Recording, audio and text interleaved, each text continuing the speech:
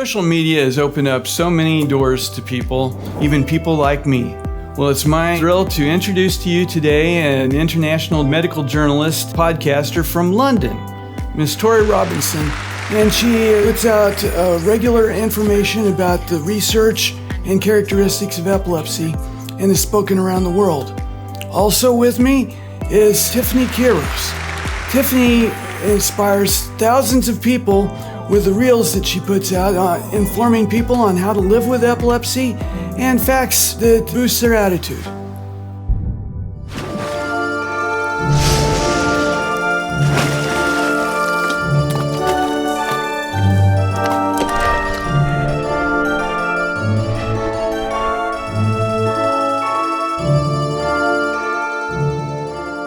Epilepsy is an invisible disability. It can strike at the most unexpected moments, like the most devious gangster. Epilepsy is a criminal. The epilepsy gangster steals money from people. It doesn't matter if he steals it from college funds, whether it's from retirement plans, and some of his victims have to choose between spending money for food or spending it on medicine. The epilepsy gangster robs people of relationships and job opportunities. But most diabolical of all, the epilepsy gangster kills. Like all criminals, the epilepsy gangster must be stopped. Watch Tim Ulmer and his gang you're meeting, who are committed to ending the crime spree of the epilepsy gangster.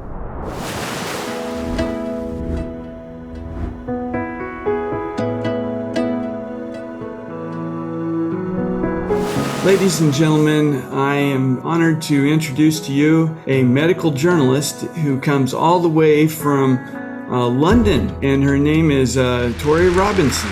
Tori, welcome to our show. Thank you for the invitation. It's great to be here. Well, Tori, tell us a little bit about when the epilepsy gangster first intruded upon your life and what type of seizures you have. Some would say a difficult question to answer regarding starting time or date because it wasn't noticed for years. I had a febrile seizure, status epilepticus, when I was a baby.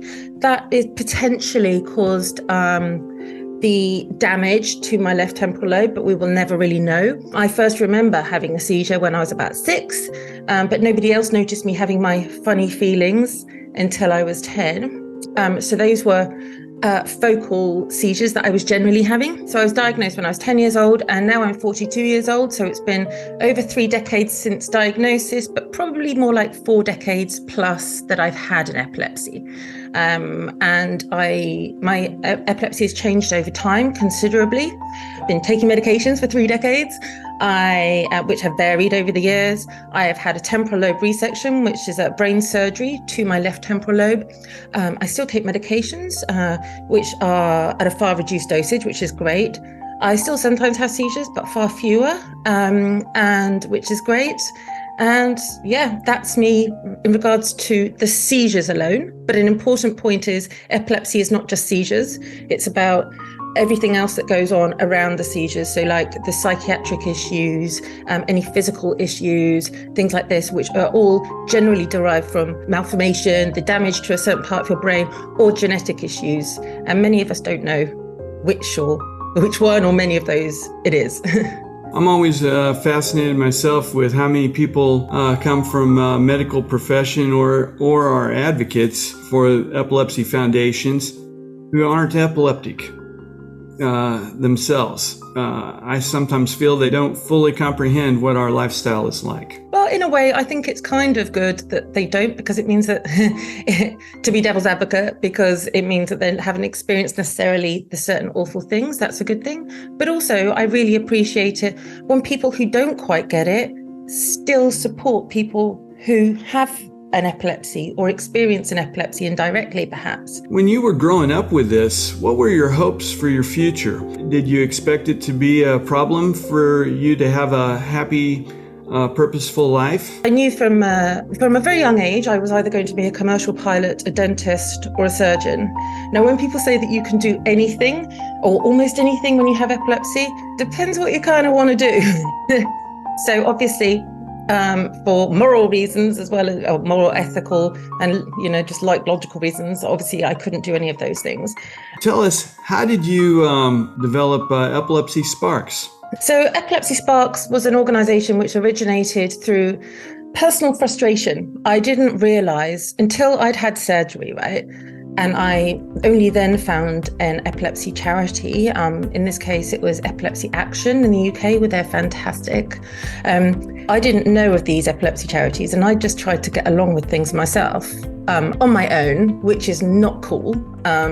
Everybody should realise that there are so many other people in the world who will have some sort of understanding of what you go through, and you're not as alone as you might feel. Lots of other people can empathise, and I wanted this to help this in the world a bit, I guess, just a little bit, if I could. And but also I was shocked. I like honestly shocked at how unfortunately uneducated many people with epilepsy were. So we expect the rest of the world to change. Cool, of course, like we need to have better equality and opportunities and stuff. But people with an epilepsy or the families affected, we kind of have to understand a bit more too. So I decided to embrace my inner geek, or not very inner. I love the sciences, and medicine and everything. And I love being contradicted by scientists who can present to me empirical evidence and all these different things. I think it's wonderful. And I really wanted to help other people see the exciting side of not understanding something, but finding out about it.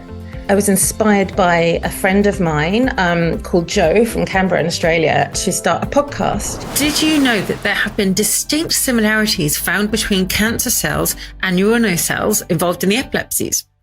Today, Madeleine Auden, PI of the Auden Lab, tells us about her extraordinary research into this, inspired by her daughter Margot. I'm Madeleine Auden. I'm an assistant professor at Tufts University in the Department of Biomedical Engineering. Sleep disorders are common, but more common in people with an epilepsy. Today, hear about research into the correlation between epilepsy and sleep disorders with a focus on bruxism, or teeth grinding, with neurologist, Ministry of Health advisor Samson Kachatrian, who will tell us all about his research into the topic. Yeah, it's an interesting field and the interaction is quite strong, sometimes ignored. Today, we have neuroscientist and epilepsy researcher Yichen Chao of the Legnani Lab at UCL explain to us her research into stopping epileptic seizures in space and time through gene therapy. Hi, thank you for having me. My name is Yichen Chao. So epilepsysparks.com, the website, which has got like loads of, I hope, useful information on it, statistics about epilepsy. I've got a glossary, like, so, you know, we get all these like long words. We were talking about levetiracetam, like it's too long a word for, you know, many of us. And like, I mean, us in humans, it's just too long. I refer to it, I joke about it to my pharmacist as being supercalifragilisticexpialidocious. Fair. She knows what I'm referring to. Also, the rare epilepsies. I never knew about rare epilepsies, did you? I thought there were only 3 kinds. Well, those may be kinds of seizures, but so we have up to 60 different types of seizures. And then already we have over 600 types of genetic abnormalities identified as contributing to certain types of rare epilepsy. I never used to know this, and I think it's enthralling. Many of your guests are researchers and doctors themselves. And pharmacists, not having been a graduate of medical school or something, this has to take an incredible amount of time on your part to educate yourself to know what questions to ask. Am I right? Pretty much, yes. It's really fun to do. It's a bit stressful at times, requires a lot of, as you will know, preparation, outreach to people, online as well as face-to-face networking. I've just come back from a really cool conference, Philadelphia, in Denmark. It was great, and we had people talking and learning from each other. So that's kind of how I work with people. But honestly, like, it's really fun as well. So it's to learn is really cool. Well, you've actually been the guest speaker at many of these places, correct? Well, as you just mentioned, we had the one Philadelphia in Denmark. That was like a week and a half ago. That was amazing. I was actually going to be in the States during lockdown. Obviously, that didn't happen, and Canada. I did a talk for a mental health charity in Australia a few months ago. I've worked with companies in Sweden, it's all on my website. I can't remember all of them. But yeah, if you go to toryrobinson.com, about halfway down, you can see a list of some organizations. You have actually traveled to India, I understand. I ended up going to Mumbai for 5 days. I'd already connected with a clinician over there, a neurologist, who said, yeah, do you want to come over, do a talk? I'm like, yeah, cool, fine, yeah, sounds good. Without being a doctor yourself, without being an epileptologist, why are they interested in you speaking to them? I guess it's interesting to hear about different experiences from different people, from different cultures, maybe. I think because I'm quite open, so I don't really hide anything. And also, I'm really lucky that I'm able to sort of combine a passion with work and talk about experiences that I've gone through, but also things that I've learned from other people. Is there one special message that you have for people with epilepsy? Learn. If you can, all of us are very different. Some of us have different abilities and disabilities, but if you are able to, as a person with epilepsy or as a carer, I would say just learn more and more about epilepsy. Learn is the word, but just realize how little you probably know. The more I learn, the more I realize I don't know. And it's frustrating, but also I think it's really important, because then you're like, okay, I'm going to reach out to somebody maybe who can educate me. Make sure that what you learn, make sure that you check up on things. Don't necessarily believe the first thing you read, especially if it's from somebody that you don't know, if it's from somebody who's not a clinician. A neurologist likely isn't even overly experienced in epilepsy. So we all have to just learn, and be open to contradiction and see that as a really cool, exciting thing rather than a scary thing. Thank you very much for a very uplifting experience. Thank you so much for having me. It's been great to be here, and I'm loving the outfit.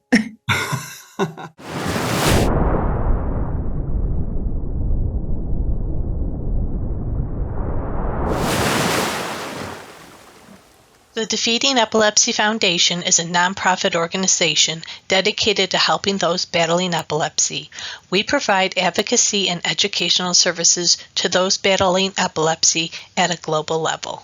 For more information about our projects and services, please visit our website at www.defeatingepilepsy.org or email us at info@defeatingepilepsy.org. Please like us on social media and follow us so you can see how we are making a difference. Thank you for your support, and together we will defeat epilepsy. Hi, I am Natalie Beavers, and I am one of the many survivors living with epilepsy. My life has been filled with many ups and downs. It's just a part of life. I am proud of the person that I am becoming, and as I stand in the face of this relentless disorder called epilepsy, I want you all to know that I am me.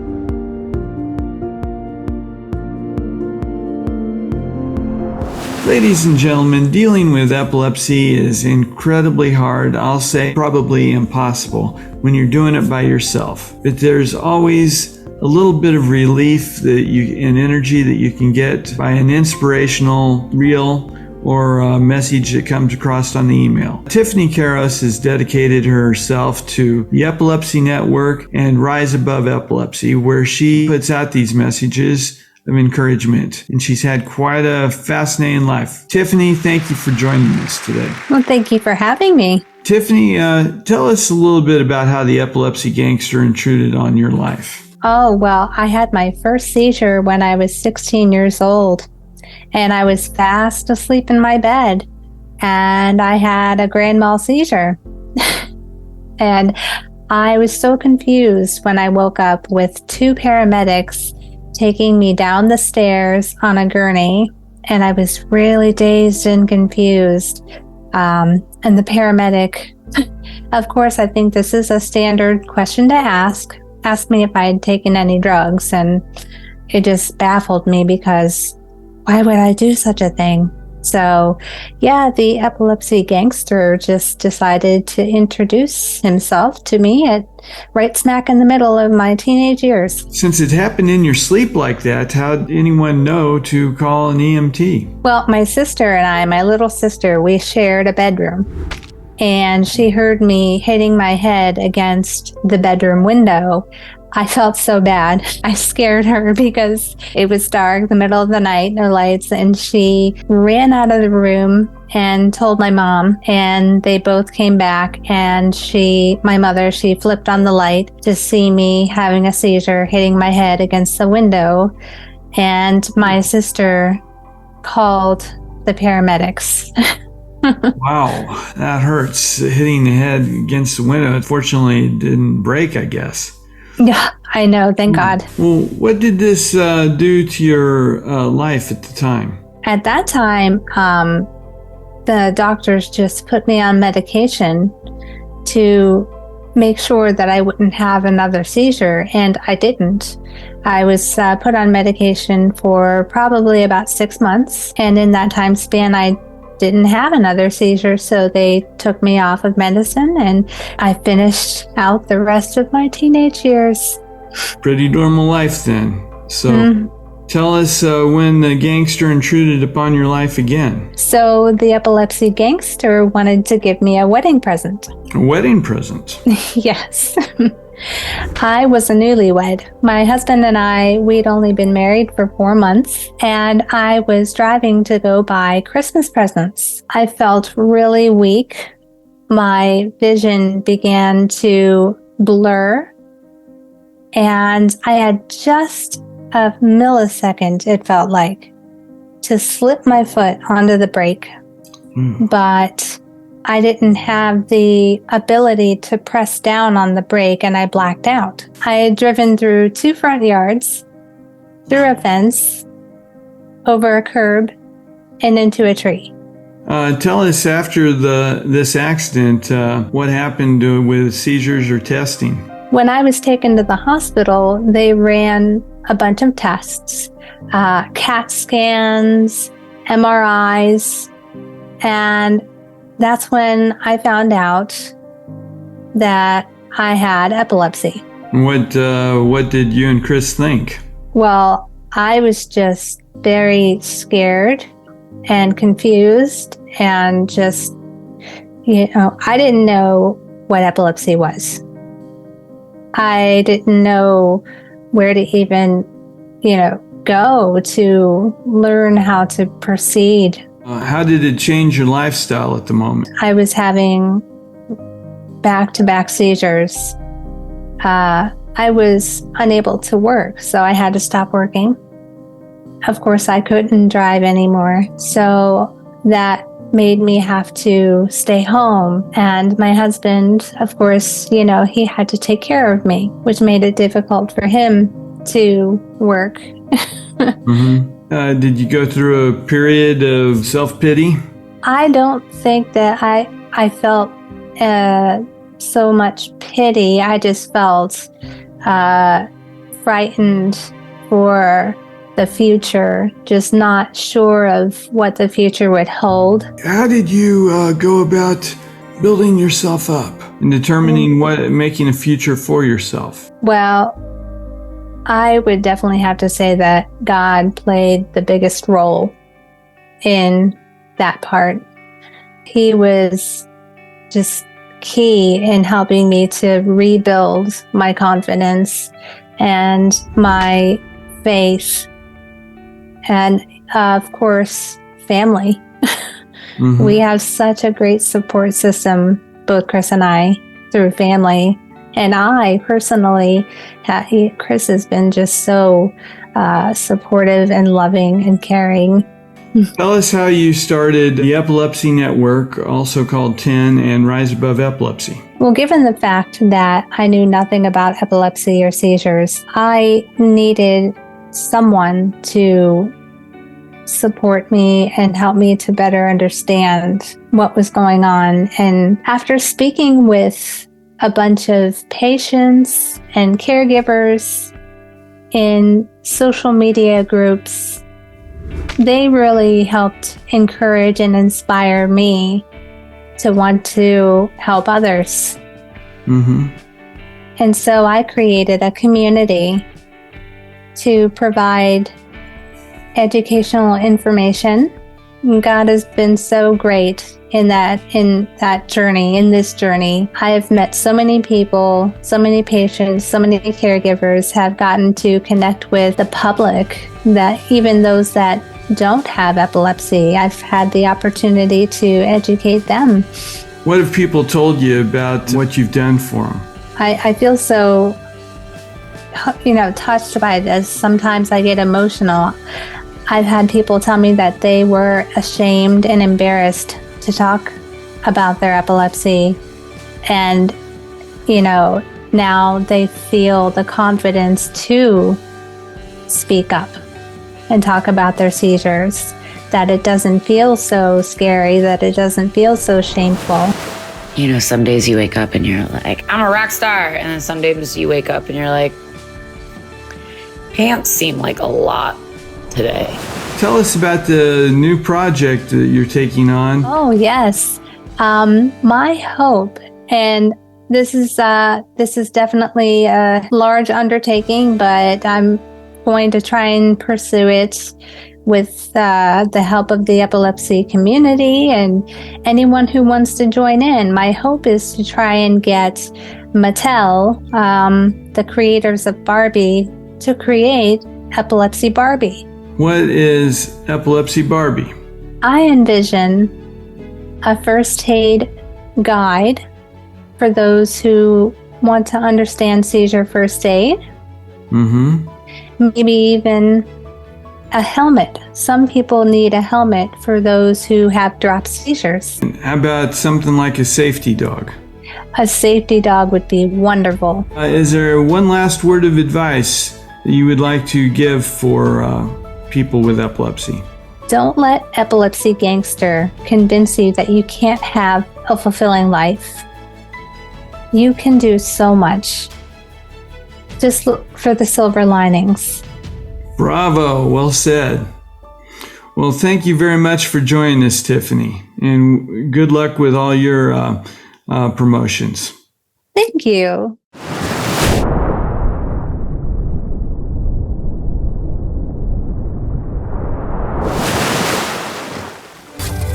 Tim always knew the world was made of different people, the idea of serving others, and loving the United States. Epilepsy made that difficult his entire life, particularly in keeping him out of the Navy. After several failures, the chance came to teach English in communist China.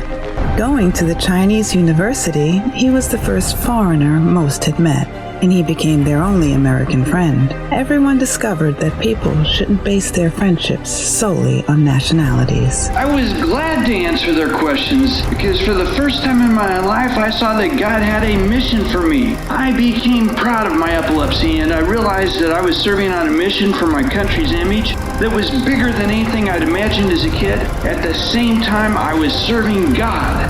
Read the ebook, Involuntary Mission in China with a Thorn in the Flesh, to learn about Tim's struggles and discoveries. Ebook available on Amazon.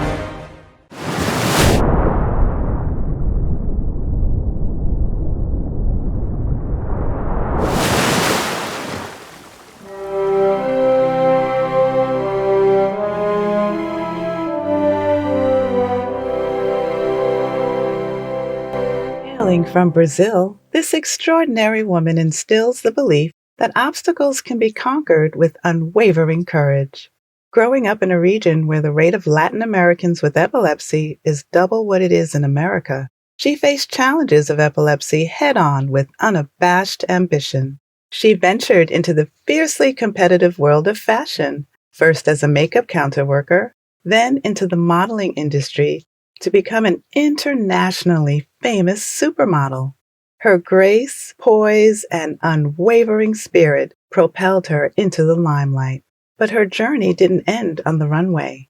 She transcended the boundaries of modeling to establish her own fashion beauty empire, inspiring millions globally. Despite the hurdles epilepsy presented, She chose to wield her platform to advocate for awareness and support for other people facing similar challenges. Her courageous decision to go public about her epilepsy sparked conversations that are dismantling stigmas and fostering a community of unity.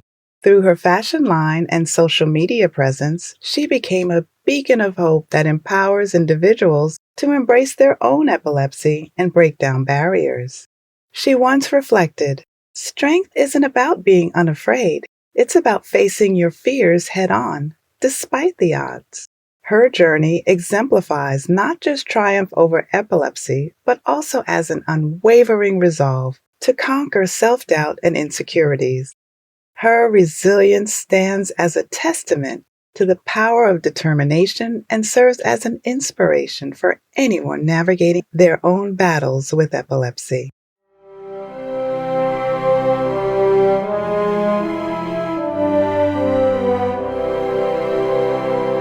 Her name is Camilla Coelho. I have epilepsy, and I am grateful for my life every single day. Epilepsy Gangster, why am I catching you here at the airport? Are you getting ready to catch a plane so that you can get away from my gang and researchers before we can put you under the ground? Well, I better not hold you up, because your time is limited. In the meantime, for the rest of you, may you be seizure-free and may God bless you.